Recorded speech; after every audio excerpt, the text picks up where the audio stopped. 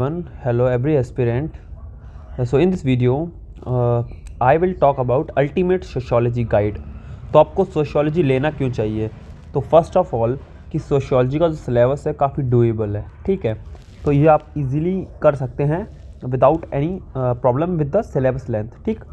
फिर है easy to understand है। Sociology subject in general easy है। हम सोसाइटी की स्टडी करते हैं जो कि हम अपने चारों और सराउंडिंग में देखते हैं। नाउ सिंक विद जीएस है, क्योंकि जीएस के साथ में है, सो मतलब आप पर एक्स्ट्रा बर्डन नहीं पड़ता है। एज सच आपको वो हेल्प करता है, जैसे जीएस 1 में आपकी हेल्प करता है, ठीक है। अब कैसे, मतलब but before that how to select, मतलब हमें ऑप्शनल इन जनरल कैसे सिलेक्ट करना चाहिए और सोशियोलॉजी कैसे सिलेक्ट करनी पर्टिकुलर, उसमें इंटरेस्ट आपको अगर आ रहा हो, अगर आपको सोशल इशूज़ में इंटरेस्ट है then you should go for sociology.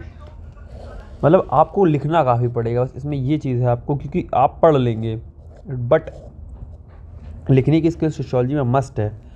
Feel not bored when asked to study, ठीक है। जब भी आपसे पूछा जाए ना तो कभी बोर नहीं होना चाहिए आप इसको पढ़ के, ठीक है। ये चीज़ आपको ध्यान रखनी है क्योंकि ये पढ़ना पड़ेगा आपको काफ़ी, है ना। नाउ हाउ, कैसे।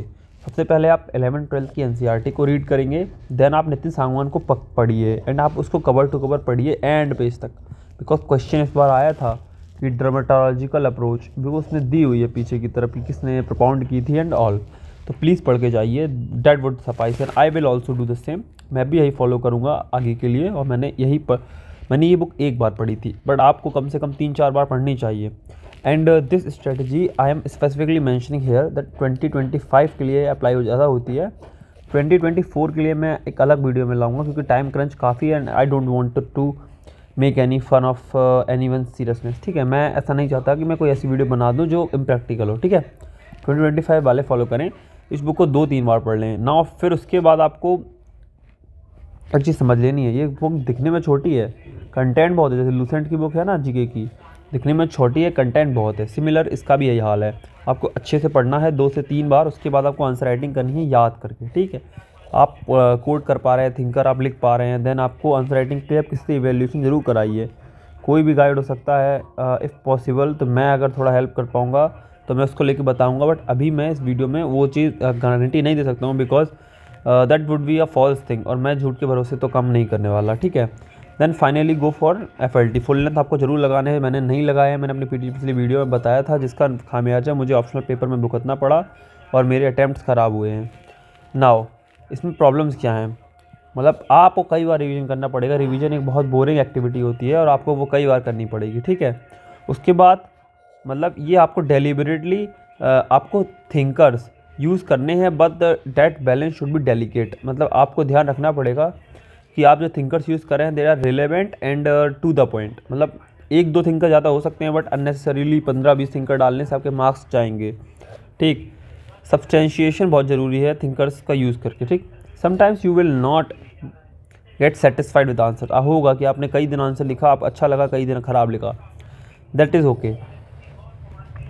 अगर आपको कोई प्रॉब्लम है तो आप मुझे टेलीग्राम पर, जिसकी लिंक डिस्क्रिप्शन में मैं दे दूँगा, तो आप उसको जाके आराम से ज्वाइन कीजिए। आप वहाँ पर मेरे से पूछ सकते हैं। I am very happy to give you some help, ठीक।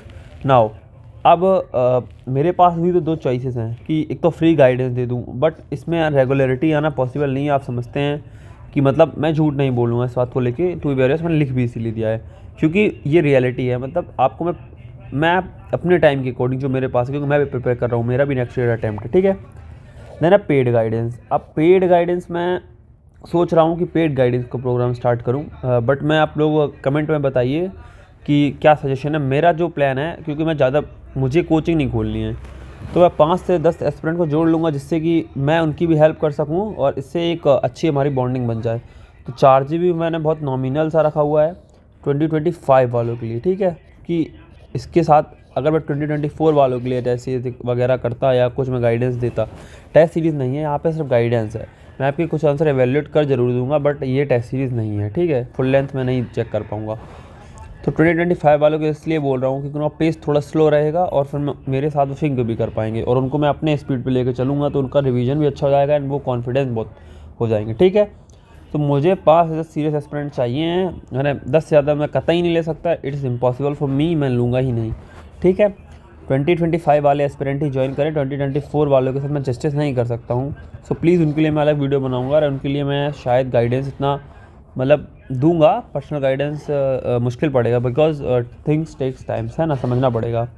10 सीट है, इसलिए 10 सीट रख रहा हूँ ताकि मैं पर्सनली कांटेक्ट करके कुछ इंप्रूवमेंट ला पाऊँ। अदरवाइज़ मैं पैसे लेके और कोचिंग की तरह अपनी क्रेडिबिलिटी नहीं खोना चाहता, ठीक है। At max I will deal with 10 student, ठीक है। मैं चाहता भी नहीं 10 कम ही ना तो ज़्यादा अच्छा है, ठीक है। नाउ फीस का मैंने प्राइस बता ही दिया है, 499 है। एंड फ्यू थिंग्स आपको पता होने चाहिए। दूसरे थिंग्स की फीस इज़ हाई। सबसे पहले कुछ लोग यहाँ पे आएंगे कि आप फ़ीस ज़्यादा चार्ज कर रहे हो एंड कोचिंग खोलना ये वो। अगर आपको सीरियसली प्रॉब्लम है आप मत ज्वाइन कीजिए, आप मेरे को फ्री गाइडेंस पे करिए, मैं टाइम निकाल के ज़रूर आपका रिप्लाई करूँगा।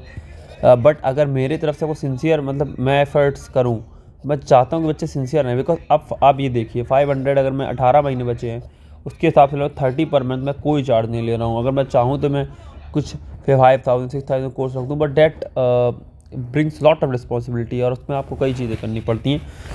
तो मैं आपको एक लाइन दे सकता हूँ, मेरे साथ आप रह सकते हैं गाइडलाइन पे, जिससे कि मैं आपकी हेल्प कर सकता हूँ। तो आप टेलीग्राम पे मैसेज कर सकते हैं, फिर मैं आपको बता दूँगा।